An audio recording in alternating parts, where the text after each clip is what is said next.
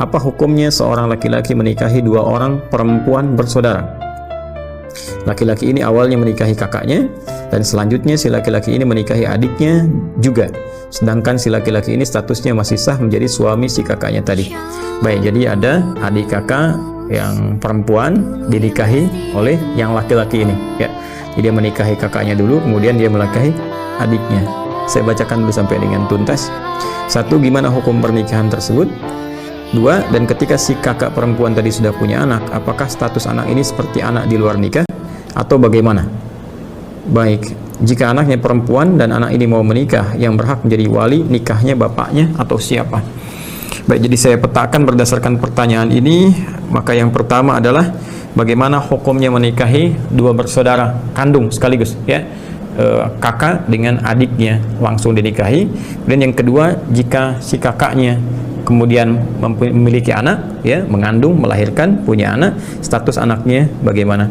Kita jawab bagian yang pertama dulu. Ini kita bisa cek di Quran surah keempat An-Nisa di ayat ke-23. Ya, saya ulangi, Quran surah keempat An-Nisa di ayat ke-23. Di situ jelas tercantum yang terkait dengan aspek pernikahan, siapa saja yang dilarang untuk dinikahi. Jadi di luar yang dilarang ini maka boleh untuk dinikahi.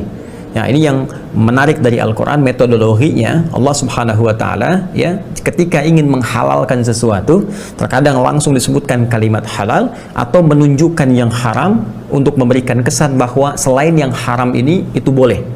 Nah, maka di ayat ini, ayat ke-23 di surah yang keempat, surah An-Nisa, Allah memberikan gambaran-gambaran tentang, ya, pasangan-pasangan yang tidak dibolehkan dinikahi. Artinya di luar ini boleh kemudian dinikahi. Kita bacakan misalnya, Allah berfirman, "Hurrimat 'alaikum ummahatukum wa banatukum wa akhawatukum wa ammatukum wa khalatukum," sampai ke ujung ayatnya. Ya, dari pertanyaan Anda, "Wa an tajma'u bainal ukhtaini illa ma qad salaf." Perhatikan baik-baik teman-teman sekalian. Redaksinya tegas mengatakan hurrimat 'alaikum, diharamkan bagi kalian. Baik, hurrimat 'alaikum, diharamkan bagi kalian. Quran surah yang keempat di ayat yang ke-23 paling kanan, ya, di pojok mau sampai ke akhir itu, ya. Quran surah keempat An-Nisa, saya tuliskan seperti ini, ayat 23. Redaksinya itu langsung tegas, tidak ambigu, diksinya langsung menunjuk pada kalimat yang sempurna sehingga tidak ada multitafsir di sini. Ya, Allah langsung menyampaikan hurrimat, ya.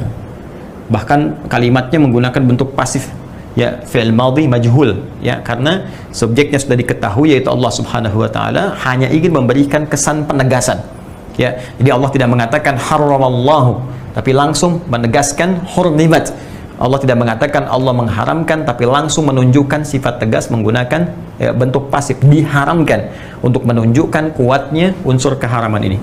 Hurrimat 'alaikum, ya, 'alaikum, kata Allah, diharamkan bagi kalian untuk menikahi, ya, orang-orang dari kalangan berikut ini.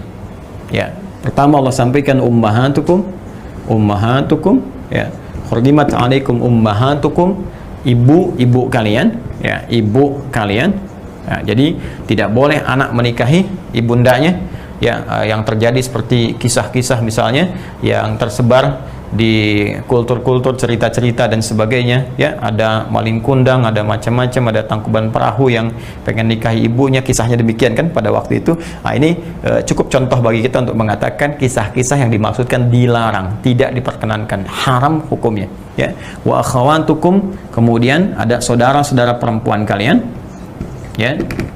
Wa akhawatukum, saudara perempuan kalian. Jadi saudari kalau kita katakan, ya, ya, saya punya saudari misalnya, saudari perempuan, kakak saya perempuan, adik saya perempuan, haram hukumnya menikahi saudari sendiri.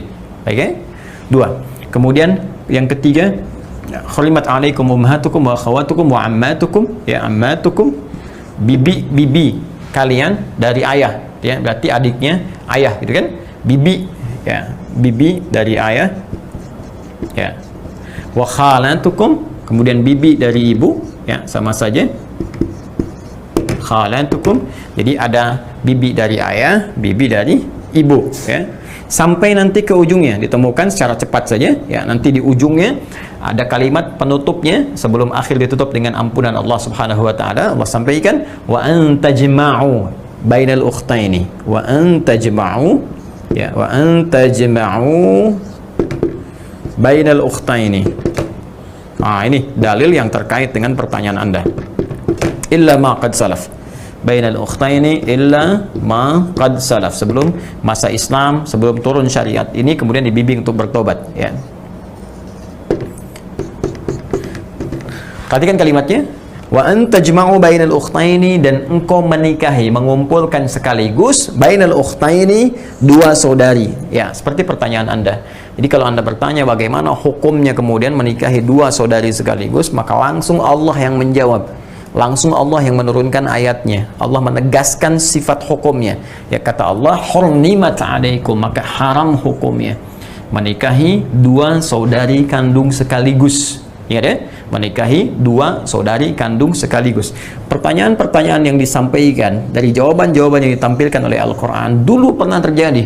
Ada orang nikahi bibinya, nikahi ibunya, nikahi saudarinya dan sebagainya. Ya, maka Quran memberikan penjelasan dulu pernah terjadi. Illa ma qad salaf, dulu sebelum ada bimbingan. Ya, sebelum ada risalah datang, ada terjadi kekacauan-kekacauan. Ya, karena itu ada kacaunya nasab. Ya, nasab menjadi semakin tidak jelas. Kemudian dari kacaunya pembagian warisan, berpengaruh kepada genetika juga, gitu kan? Dan sebagainya. Karena itu, karena dampak keburukannya, mafsadatnya ini semakin banyak dan berpotensi melahirkan kekacauan dalam kehidupan, maka datanglah kemudian Islam memberikan solusi. Haram hukumnya. Di luar ini silahkan dinikahi, tapi yang ini tidak diperkenankan. Dahulu pernah terjadi, setelah datang Islam, maka kembalilah kepada Islam, memohon ampunan kepada Allah Subhanahu wa taala, karena Allah memberikan sifat sayangnya luas kepada kita. Karena itu di akhir ayat ditutup dengan sifat Allah Ghafur dan Rahim. Allah memberikan ampunan kepada siapa yang mau mengevaluasi diri, kemudian dia kembali meninggalkan praktek ini dan mendapatkan rahmat Allah Subhanahu wa taala.